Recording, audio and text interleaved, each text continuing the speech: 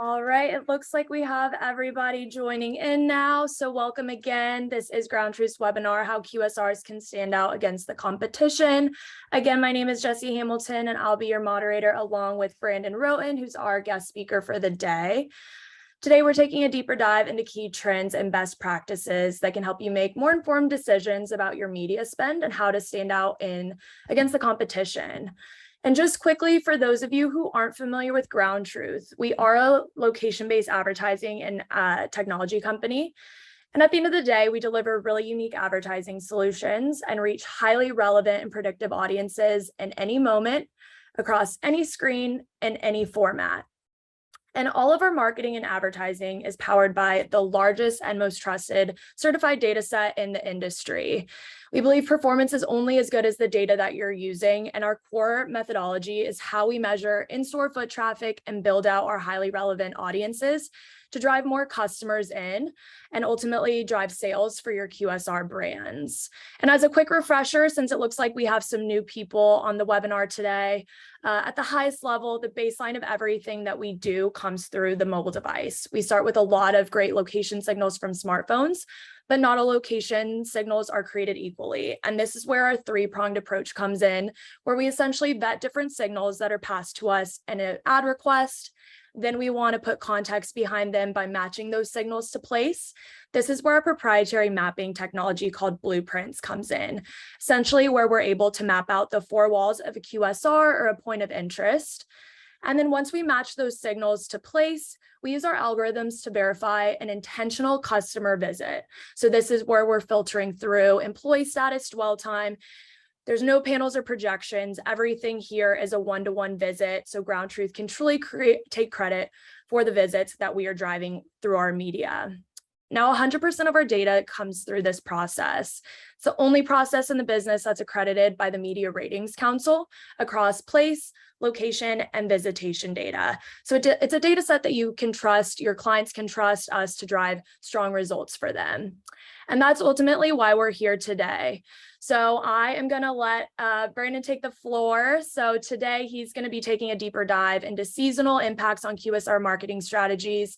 And then I'll hop back on and we'll take a look at how you can tailor your media to impact business outcomes and drive strong results. So Brandon, floor is all yours. Thank you so much, Jessie. As Jessie mentioned, I've run marketing for a few big brands, built the Wendy's digital social team, ultimately ran advertising there. And then I was the CMO of Papa John's and Potbelly. So worked with these guys at GroundTruth quite a bit on campaigns and many other partners. But really the point of today's discussion is to talk about the opportunity that's in front of a lot of QSR brands right now to drive traffic. If you don't mind, go ahead and flip the slide, Jessie. And this is like the perfect moment. Seasonal changes are when habits change. So when people go back to school, when seasons shift, this is when openings occur for consumers to change their habits. And QSRs generally take great advantage of these seasonal changes. That's why you see the calendars change quite a bit. Go ahead and flip, Jessie. A good example of that is actually the milestones that tend to come up. You can see this in the advertising that is served through QSRs. Your products shift by season. Your specials switch by season. Whether you talk about value, oftentimes is season dependent. The moments that the seasons change are moments that usually are milestones for QSR calendars and ultimately lead to shifts in our spend and shifts in our messaging. And really, that's what we want to talk about today, using those shifts and some specific strategies that occur within those shifts to drive traffic. And why do we need to talk about driving traffic? Go ahead and flip the slide, Jessie. It's because right now, this is a big problem. If you have QSR clients or you're a QSR yourself, you know that there was a nice pop coming out of COVID of traffic. And since then, it's been a pretty rough ride. Generally, menu prices have gone up. Generally, inflation has caused a lot of people to question, and the economic uncertainty has caused a lot of people to question whether or not they want to spend incremental money on things like food. And that has led to huge pressure on traffic for restaurants. So if it hasn't already, I would imagine if you have QSR clients, you're a QSR yourself, traffic is going to become a priority for you through the end of this year and certainly in 2023 as we work through this economic issue we're running into and inflation. Go ahead and flip the slide if you don't mind, Jesse. There is an opening, not just in the seasonality too, but in the fact that actually menu prices haven't quite creeped up as much. So this is another support for focusing on traffic. It's actually cheaper to eat out now relatively to eating at home than it's been in a while. Typically what happens is it's much less expensive to make food at home, but prices have been rising so fast at the grocery that people's perception of price at the grocery store is a bit of shock. At restaurants is a little less. So again, another opportunity to drive some traffic. So what are those big strategies that QSRs tend to implement? It's really these four things. There's more than this, but these are the four like biggies that QSRs tend to tackle in order to actually drive traffic. And what we're actually going to do is break down each one and talk about how you could think about it in terms of media, how you could think of it in terms of message delivering. And those three categories really are LTOs, limited time offers. This is probably the most common tactic that QSRs use. New stuff's coming out all the time, especially seasonally driven new stuff. Day part driven traffic, and really what that is we choose to drive in for a particular moment during the day. If you're a heavy lunch business, you're looking for breakfast traffic, for example. You see a bunch of big QSRs right now pursuing breakfast or dinner in some cases, or late night if they are a heavy lunch brand, for example. Value, this used to be your 99-cent menu, and as the guy at Wendy's who was part of sort of changing that and moving to a 4 for $4, value has kind of shifted over the last couple of years, especially since inflation has taken hold. So we'll talk about value and how QSRs are using value and how you might want to think about it in your approach to your QSR partners or as a QSR. And then the last one that's really big right now is essentially promoting off-premise pickup and delivery. I think a lot of people don't realize that pickup transactions are some of the most profitable transactions that restaurants have. So this is a huge area of emphasis, even among the people who used to be all delivery, like pizza. You see Domino's promoting pickup as a primary driver right now. And actually weather plays heavily into pickup and delivery because it's extremely seasonal. It tends to move into the cold months. So let's break these down. If you don't mind, go ahead and flip, Jesse. First, let's talk about pickup. So bad weather is really good news for pickup. If you look at pizza sales, which is a heavy delivery category, obviously, if you look at off-premise sales for many brands, especially brands that have heavy suburban presences, if you look at DoorDash and Grubhub and other like platforms, bad weather is a huge driver for delivery. Even drive-throughs tend not to do as well in bad weather. So good weather is good for restaurants where people are going to go out. They got to basically get out of the car to walk into the restaurant. And bad weather is really good for pickup and delivery. Go ahead and flip the slide, Jesse. What you really have to consider as you think about pickup and delivery, and pickup especially, is the need state is a little different. And really, if you put it in context of weather, it kind of gives you perspective on that. Like, you don't change what you're hungry for, but you shift your options when it's gross outside and you don't want to physically walk into a restaurant. The state of need is pretty different. If you decide you want to binge watch, the new Game of Thrones series, your consideration set for who you choose and how you choose them changes. You might actually, like the last point says, actually go straight into DoorDash or Grubhub and use that as your filtering mechanism rather than what's close to me and what can I get into and what am I in the mood for. So the state of need does shift. And because the state of need shifts, you really have to think about the kinds of medias you utilize to advertise this. This is not a pure awareness play. It's not necessarily as value or price driven. It's much more about, I have a specific circumstance where I want food in front of me. And because I want that food in front of me, I'm going to make choices in a totally different way. So my suggestion is think about the actual consumer journey associated with pickup separately than you would think about a traditional effort that's going to drive someone to physically show up to the restaurant itself. It is different. People behave differently. They make choices differently. The other thing that's really big about pickup is there are some players that are really good at this. There are some players that this is all they do. Think about Wingstop, think about Papa Murphy's, think about pizza players. There's folks that have heavy pickup. There's folks that have heavy drive-through traffic. This is a huge opportunity for brands that generally are heavy in restaurant. A lot of fast casuals, for example, 70+% of their business happens inside the store itself with someone picking up the food physically, or more than likely actually sitting down and getting the food.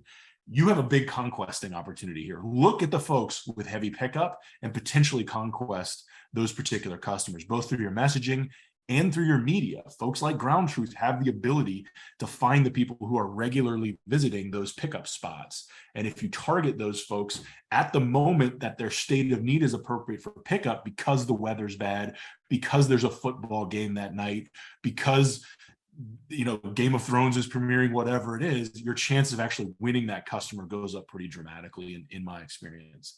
And then the last point is here, aggregators are the new front line for a lot of pickup and delivery activity. A lot of people use aggregators like DoorDash, much like the food court in the mall used to be. You don't actually start by choosing what you want. You start by choosing, I'm going to get pickup or delivery, and I'm going to equate that with using my DoorDash app, for example. And DoorDash is the leader here right now. So working with aggregators can be a huge help for pickup and delivery specifically. And if you combine some of these three, where you're working with aggregators, understanding the state of need and what people are intending to do when they bring that food home, while you're conquesting the competitors that are heavy into pickup, then you start to get to some magic where you can actually see your pickup rise. But really, any of these three strategies can be extremely helpful. Go ahead and flip, Jesse. Second, we'll talk about the LTOs, limited time offers. This is your biggest QSR play. Almost every major QSR has at least a seasonal LTO, or some. This is sort of what they do heavily. This is heavy for Arby's. This is heavy for Wendy's. This is heavy for Papa John's right now. There are hundreds of brands that use LTOs as a driver for an incremental trip. Oftentimes driven by seasonality. The pumpkin spice craze is probably one of the bigger examples of that you're going to see here shortly come up on your radar. Go ahead and flip the slide. So how do you use LTOs to your advantage as you think about media, as you think about messaging? Well, first of all, the way a lot of brands do is they grab headlines. Papa John's this week ran a really spicy pizza tied to the new Game of Thrones series release. That's extremely common, from things that are regular like the McRib to things that just pop once in a while and are intended to get some attention. So generally, they're doing an LTO to grab headlines, get some earned media, essentially. I would think about that when you're thinking about media plans associated with these, because those do matter for those brands. They want to see that I'm getting attention for my LTO, and buying the kind of media that tends to encourage headlines can be beneficial.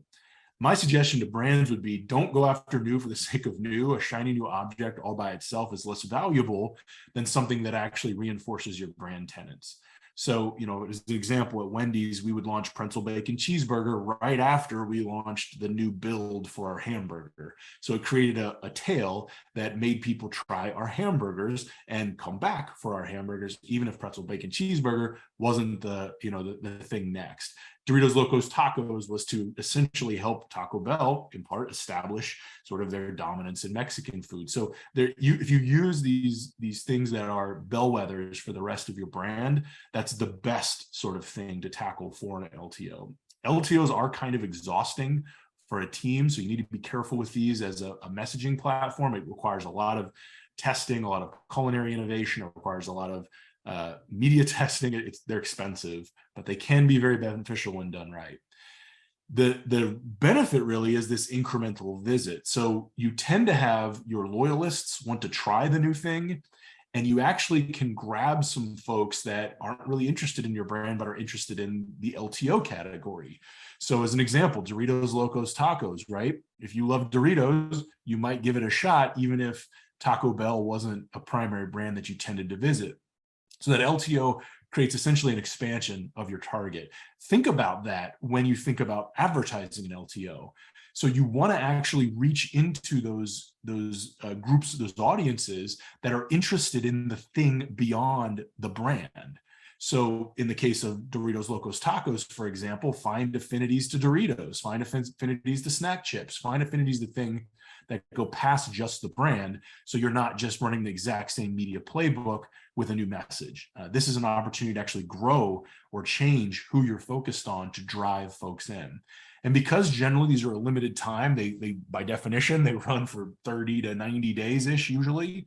There's a sense of FOMO. So actually having a heavy blitz of media up front to drive awareness of that thing and then tailing it back and retargeting can be a very strong approach here from a media standpoint. It's not going to be the case where you want to kind of mayonnaise out the media over the course of all 90 days of an LTO. You want to create a lot of awareness quickly and then find the people who are really interested to refine your targets, refine your message, and then retarget those people to get them come back one or two more times. But generally, you're going to win one or two visits and that's it. And hopefully you're going to have built something that's actually meaningful to the brand so people will come back long term for something else that's similar to it or reinforced by it. And a lot of brands recently, you got to give McDonald's huge points for this, and many of others have followed suit, have used celebrities very effectively here. They find a celebrity or an influencer with a huge audience. They actually tailor something to that celebrity and actually use the reach of that influencer celebrity to drive in people. And again, I would think about that in terms of affinity groups. People that are interested in the topic that influencer or celebrity is interested in can be a likely new target to draw people in. Don't just play your own media plan. If you've got Jack Harlow or somebody helping you promote something, it's a huge opportunity to do bigger things. And finally, the main reason that brands, anyways, we talk a lot about LTOs is we want to take competitor share. So if we're doing a chicken LTO, we got a chicken guy across the street we're looking at trying to steal some traffic out of his drive-through. So switchers are a real thing in fast food. People are not as loyal as you might imagine. The loyalists to McDonald's are typically heavy customers to other burger chains. It's just the way it works. So use that fact that your LTO is geared around a particular product that competitors actually have some equity in and go after those competitors' traffic. Use tools like GroundTruth, tools like Facebook, tools like performance marketing that can actually find who likes those other brands and steal that traffic. It is real and it can be very meaningful. And if you look at folks like Popeyes, it can affect a business pretty dramatically when they go after a particular group like Chick-fil-A's customers and pull them in. Go ahead and move to the next slide, please. The next is day parting. Again, you got a fixed asset in a restaurant. Think about it in terms from a franchisee's perspective. I'm sitting there on a building that cost me $1 million+ and it's busy at lunch, but it's not busy at dinner. It's not busy at breakfast. This is an opportunity to potentially draw people in. The warning I'll give you here is this is a long road. This is not something that happens in a quarter or a month.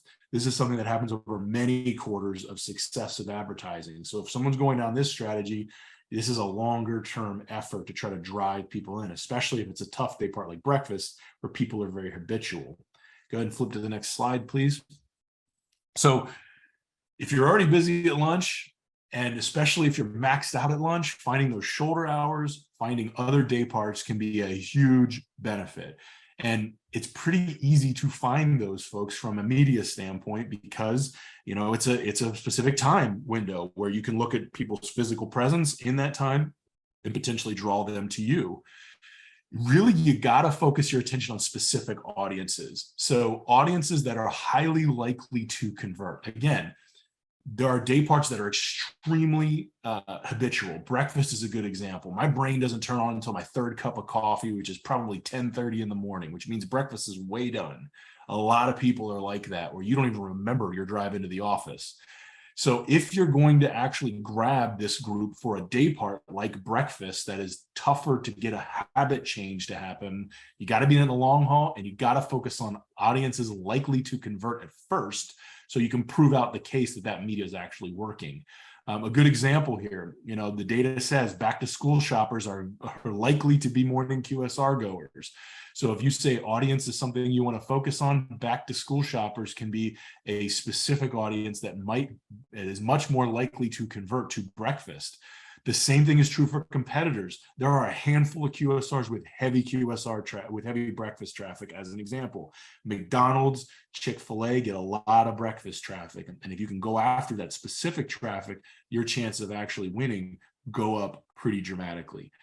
Day parts the techniques can change a little bit in different day parts. Late night is another really common example in the summer where QSRs actually pursue late night as a day part. Again, just trying to get that incremental traffic past dinner essentially. But really the standards are the same, right? You're doing it because you've got the extra bandwidth. You want to make sure you focus on audiences that are very likely to convert. You can think about the groups that are out at 10 or 11 o'clock at night versus the ones that go to bed by 8:30 or 9. And you know where they're spending their time, not just in QSR competitors, but just where they're spending their time, period. You don't want to be serving ads in places where, they're closed. And you want to be serving ads in places where people are actively the right demographic, the right psychographic, and spending time out in that day part and likely to convert. Go ahead and flip the slide. The next one is value. Value is probably the second largest category where you hear a lot of conversation in QSR. And the main reason is, QSR's primary sort of deliverable to customers is convenience, and value is a big part of convenience, both from a price standpoint and a timing standpoint. So with rising costs, finding the best value can be really important. Inflation has thrown a bit of a wrench in this for a lot of brands. So it's really hard to sell a $1 cheeseburger and have franchisees be okay with that. They're losing money on that transaction, or at minimum, not making money when you consider all the costs that go in beyond the food cost. So the suggestion that I'd have for brands, but also for agencies, is really think about value as an equation, not as a price point necessarily. It's really what you pay over what you get. So if you can build up the value of the brand, you are actually helping the value equation for consumers going in. Odds are people are walking in wearing Nikes, not a generic shoe. People are willing to spend a little bit more money on something they find value in.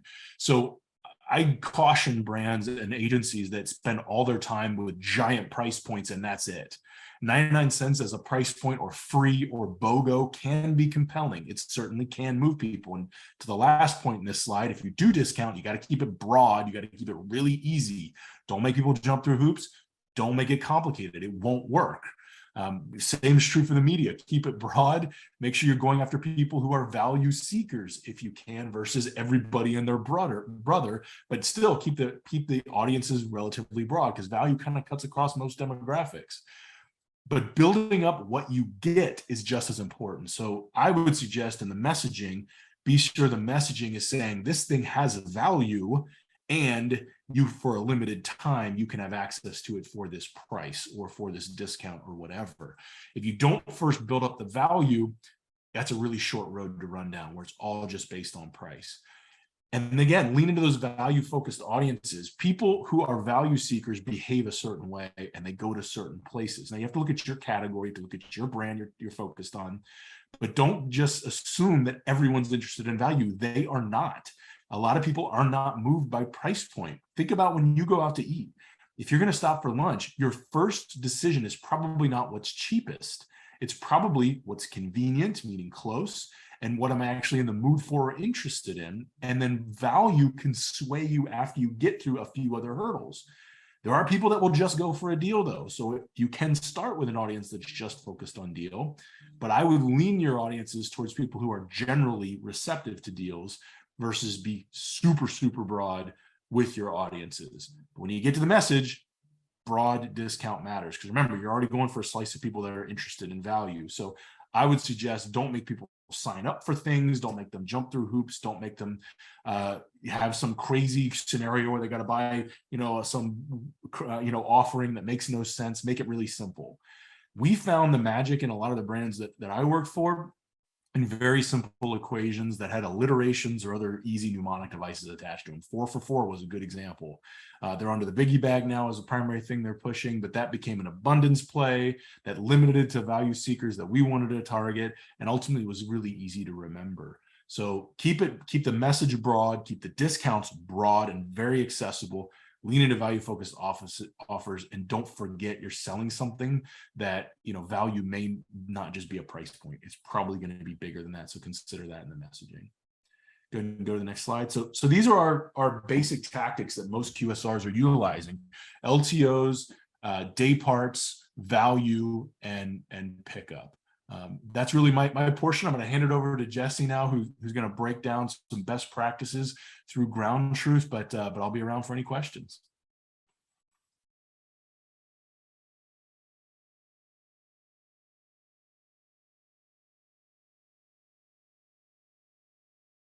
You there, Jesse?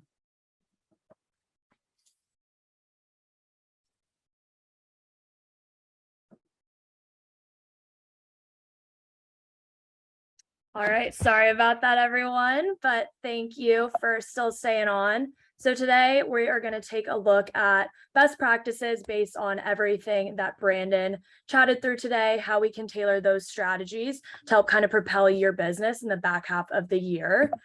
So as we chatted through in the beginning of today's session, I'm going to switch over if this will go. So not all audiences are built equally, and GroundTruth really believes that you're more than what you do online. We're creatures of habit, humans of habit. Where we go in the real world says a lot more about just what we're doing online. So with location data, there are two different ways that we can target. The first is going to be in real-time moments. So this is when you're out and about in your routine, able to target you across your mobile device and where you are in the real world. And then based on past visitation behavior. So we're able to take a look at unique audiences based on that past visitation behavior to QSRs and different POIs to start building out a audience profile geared towards their lifestyle preferences. And then lastly, with weather targeting, as Brandon mentioned. So with blueprints, so as I kind of alluded to in the beginning of the call, every audience that we build out is based on our blueprints. I like to think of it as Facebook's old facial recognition technology, where we're able to see the four walls of a location, and then we can start tracking visitation through that. So let's take a look at a few ways we can support your marketing decisions based on these audiences and the different takeaways today. So the first, limited time offers. So with offer redemptions, being able to influence key audiences to visit your restaurant location, drive awareness of time-sensitive offers. And there's three really kind of core focuses here. It's through competitively conquesting, targeting your loyalists, and creating urgency. So you really want to ensure that the specials and new product offerings are getting into the hands of your most frequent customers, because you want to continue driving them down the sales funnel. So we can take a look at people that have been to your QSR previously, as well as competitors, to start gearing messaging towards them and get it in front of them. We can also take a look at on-premise targeting. So with that blueprints technology, we're able to target people not just when they're in 1 mile, a 1 mile radial fence around the location, but we can also target them when they're on lot or within the retail block space. So really able to drive that urgency, influence behavior, and impact immediate decisions. And then lastly, with neighborhoods. So I like to think of neighborhoods as kind of these trade areas that have a higher propensity to visit your location, almost like an individual fingerprint for an individual location. So can we take these audiences that we see that are willing to travel to your location? Can we conquest and acquire new customers in those same neighborhoods of residential or business pockets to acquire new customers? Next up, we have day parting. So as Brandon mentioned, more important than ever to get the right people, the right ads in front of people at the right time. So whether you're trying to increase visits or you want to try and increase your visitation during common lulls of traffic, we're able to do that in 3 different ways. By increasing our on-premise presence. So this is when you can set your ads to trigger when a potential diner's on-premise to promote items. So whether it's new breakfast or late night options, for them to know, hey, this is a current deal that's going on. Come check it out now or the next time you come in. Then with specific geo-targeting solutions. So we can specify when your ads appear with the perfect mix of location and behavior. So for example, if somebody's at a concert venue, you serve them ads at the concert with that late night menu option so they know where to go after that concert.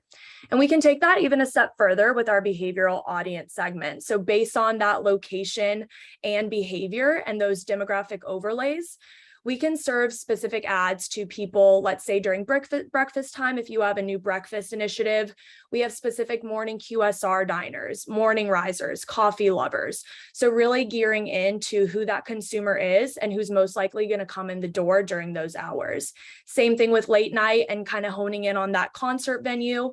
Geo-targeting and real-time targeting, we can look at entertainment enthusiasts, late night diners, people that are more likely to come in the door. And then lastly, again, with neighborhoods, so just being able to really showcase in those trade areas where people are most likely going to come in. Here's a perfect example. Here's a GroundTruth case study, how a national QSR chain increased foot traffic with these exact different types of targeting strategies. So by leveraging our location audiences for competitive conquesting, really stealing that market share, incorporating your loyalty segments, always going to be great for driving store visitation. And then the results, I mean, the proof is in the numbers. We were able to drive 93,000 total visits over a 2-month campaign period. So really being able to leverage your GroundTruth representative to give you the best strategies and solutions to really tailor your investments to get you the most bang for your buck during those day parting hours. Then we have our value-driven diners. So as Brandon mentioned, those value opportunities, those value seekers, it's more important to put the audience first to really drive and hone in that messaging to those where that's going to matter the most, where value and convenience is at the forefront to stay top of mind. So this is where you're focusing on that value messaging, taking a look at value-driven audiences outside of just QSR, as well as your loyalists. So being able to reach people based on past visitation or related categories to the brands to increase consideration of those offerings. Our behavioral audiences I just mentioned. So we can take a look at not just QSR diners, but people that are frequenting off-price retailers, discount shoppers, people that are at big box warehouses, that signal that value-seeking mentality and lifestyle choice. And then just with your tried and true proximity, we can target people in real time, get the message out, stay top of mind, have that upper funnel approach to really drive and increase your awareness, reinforce that messaging of those value-driven opportunities. And how we support this, it's with our best-in-class creative. We do have an in-house creative team at GroundTruth where we can really hone in to tailor your ads to local markets and increase engagement. So creative with offer messaging has a 6% higher click-through rate compared to creatives without one. So really leaning in on how far a consumer or potential customer is to your location to drive them in, drive that urgency, and then really get their attention, grab their attention in the moment with that diner combo, limited time offer, value-driven advertising and personalized messaging. Then we have pickup and delivery. So if you want to line around the corner, we can deliver here at GroundTruth, and it's based on these tried and true solutions. So we're able to drive more profitability by shifting messaging to delivery or pickup. And this is, again, where we're going to focus on convenience, weather, and audiences. So with that on premise, a bit different this time, we're not just trying to influence immediate behavior, but future behavior. So if somebody's already in, we want to drive incremental store visitation. We don't just, it's never good enough to just have somebody come into your QSR once. You want it to become a habit and a part of their routine. So this is where we're able to say, hey, next time, we have delivery, we have pickup options available so that they can fit you in at their convenience, no matter how their day is looking. Next up is audiences. So GroundTruth has the ability to leverage curbside pickup audiences. And this is where we're identifying diners who are more likely to be pickup audiences for both food. So we can take a look at QSR, fast casual categories, as well as groceries to really personalize and tailor messaging. Hey, we're going to meet you how you want to be met. Then we have weather triggering. So Brandon alluded to this, but weather is a huge motivator for anyone. Bad weather typically you would think would hurt a QSR, but we really like to take advantage of it. By shifting to delivery-focused concepts, we have some awesome dynamic weather targeting capabilities across creative, where if it's sunny, you can have specific messaging personalized towards, hey, it's a beautiful day, come in or come sit on our patio, versus, hey, it's gross outside, you don't want to get out of your car. We have delivery options or drive-through options available. Here's a great case study and core example of how we were able to leverage this in a real world example. Major QSR brands served up results by pivoting to more drive-through messaging. So again, coming out of this post-pandemic world, customers get anything how they want it, when they want it, and it doesn't matter if they're going drive-through, coming in to pick it up at your location, or you want to drive that incrementality. You want to increase ticket sizes by meeting them when they are at home for delivery, for catering opportunities.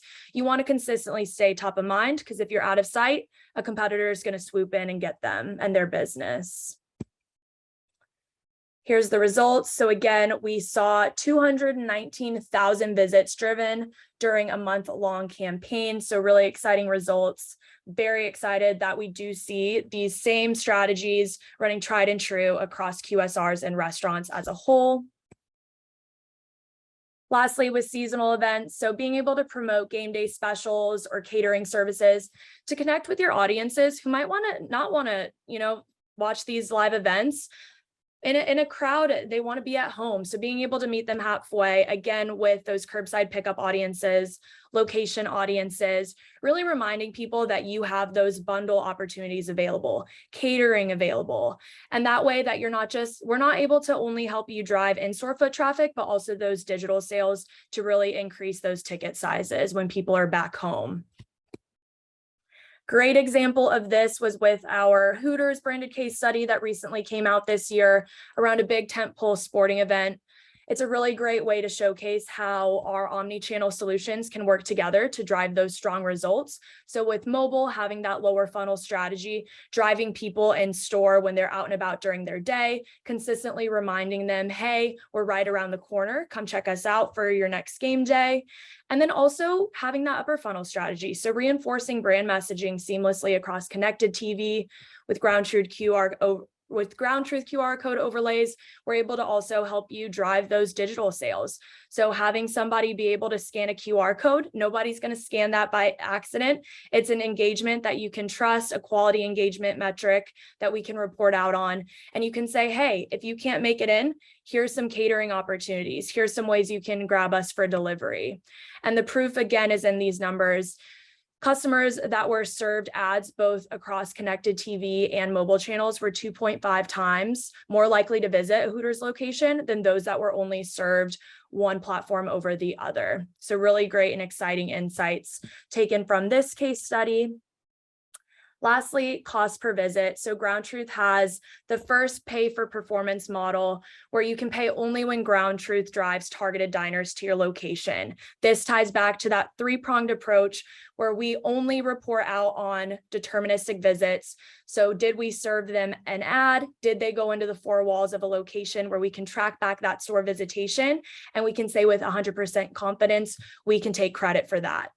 And there's two different models we can approach this with. So either you can target all customers, including loyalists, you want to increase frequency, kind of increase that customer acquisition and retention, or just targeting new customers. This is where we can remove all loyalty segments, anybody who's been to your brand before, and be able to really steal that market share and hone in on acquiring new customers.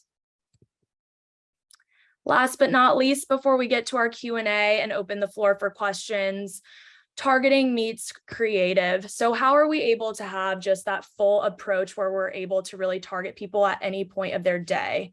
And it's really important to follow the consumer journey and connect with them at multiple touch points. So whether they are out and about at nearby your restaurant, if they're at work on their desktop or mobile device, if they're back home on connected TV, or now that all of us are back in office during their commute back home with digital out of home, GroundTruth has a solution to really ensure that no matter what your KPI is, we're able to reach your consumers cross device any point of their day and any moment that's relevant. Really getting to that full funnel approach and being able to connect with the consumers, reinforce your brand messaging or those limited time offers that Brandon was really driving down today. And again, with GroundTruth, we're able to optimize against these tactics. So no matter where you're seeing ROI, we're able to really lean in on that investment, be fluid with our budgets, see what's moving the needle for you. If you're trying to drive really strong in-store visitation, we'll definitely recommend mobile and app targeting. And then if you want that full funnel approach, really ensuring that you're targeting people cross-device with connected TV and OTT to continue to stay top of mind. Again, another great case study, and we'll be following up today's webinar so that everybody has this information they're armed with to make actionable decisions for the back half of the year. And then lastly, we'll just be leaving you with some creative best practices.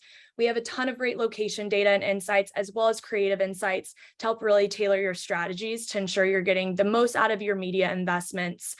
And this will be something that, again, we'll be following up with, and you can ask your GroundTruth representative for more information.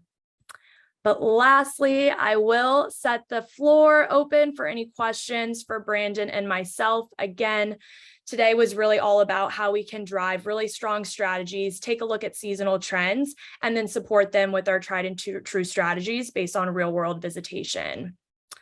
So I will open the floor up. Brandon, thanks so much for today. And we will open the floor up. And feel free to use the chat where we have a look at that, so we can definitely filter through if you want to put in your questions straight in the chat. Looks like there is one in the queue here, Jesse. See that? Yes. How long does it take to get a campaign like this set up? So the beauty of GroundTruth is there's several different ways to work with us. So we have managed services, which I am an account rep for, so we can run campaigns for you on our platform. That's kind of that white glove service where we're able to have a dedicated account manager, revenue manager to set everything up for you. Typically takes 2 to 3 days to set that up once we have all of the parameters filtered through. We also have a self-service platform, so you can go in and use our ads manager platform yourself, set everything up instantaneously within that moment. And then we do have programmatic opportunities. So whatever DSP you're working with, we are DSP agnostic. You can take a look at any of our audience capabilities and layer that on to any other platform you're utilizing.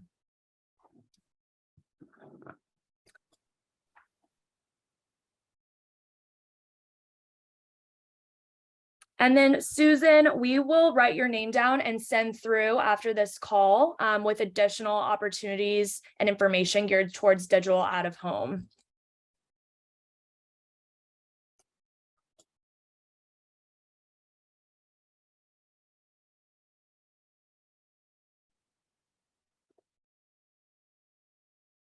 And then Mariah, so Brandon, we can tag team this. What kind of campaign would you recommend for a new company? Do you have any best practices, or maybe if they are just for the first time utilizing GroundTruth to support their initiatives, if there might be a focus point just to kind of see where they can move the needle and see some success metrics there?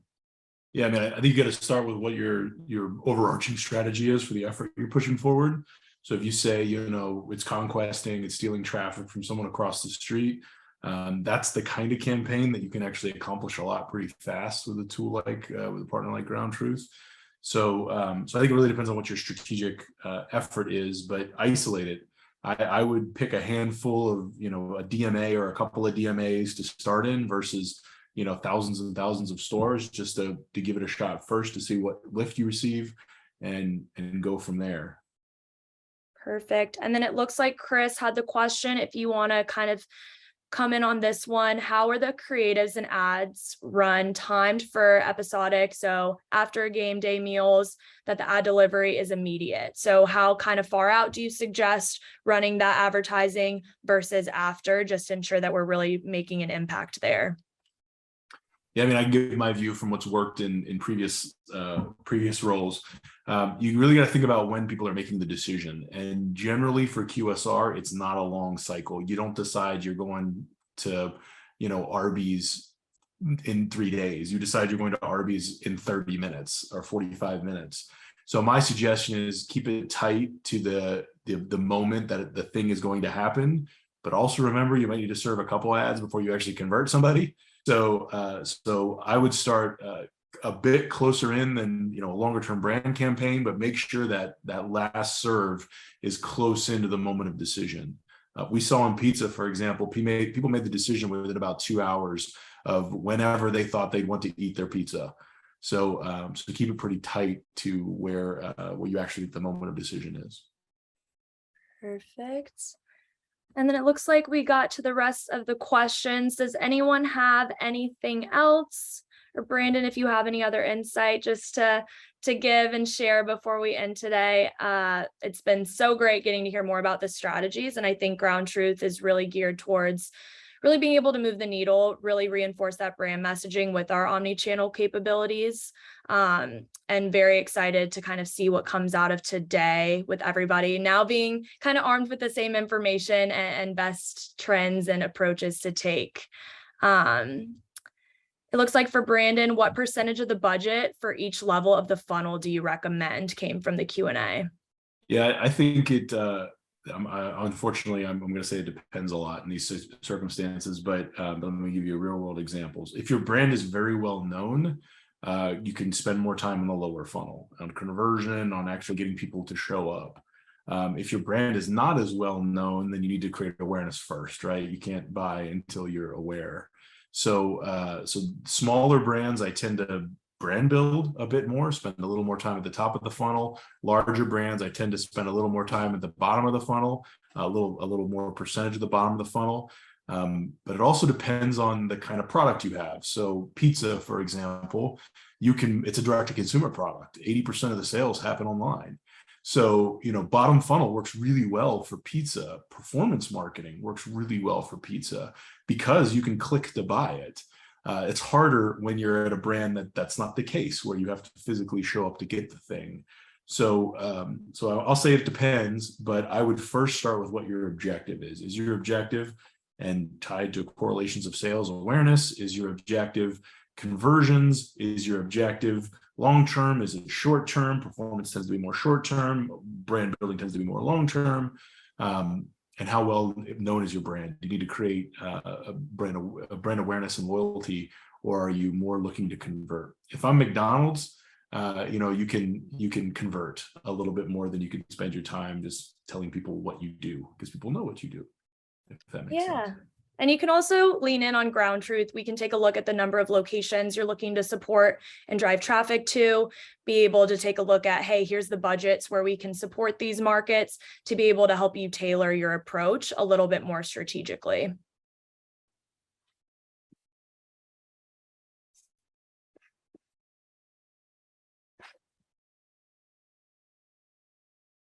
And then it looks like, how can you target a loyalist if they are not a big name QSR? So the beauty of GroundTruth, we do have a ton of QSR chains already blueprinted in our system. But if you are a smaller, let's say local, you have a local market share just based out of, let's say, Florida. If you give us a location list, we can actually blueprint those locations and begin tracking visitation to those store locations to then start building out those loyalty segments. So it'll take us about a month. We want to ensure that we have at least a month's worth of data to be able to say, hey, we're seeing frequency from these consumers, start taking a look at visitation trends, and then we can actually build out our own loyalty segments, our own custom location groups based on that data. So if you're ever interested in kind of creating those loyalty segments, we can absolutely do that. All GroundTruth needs is a location list from you. And then we more than likely have your brand competitors already blueprinted. But if you have some smaller mom and pop shops, or you have some competitors that maybe are just local to your area, we can certainly do the same with them so that you can take a look at competitively conquesting those brands to gain that market share and have your presence more known.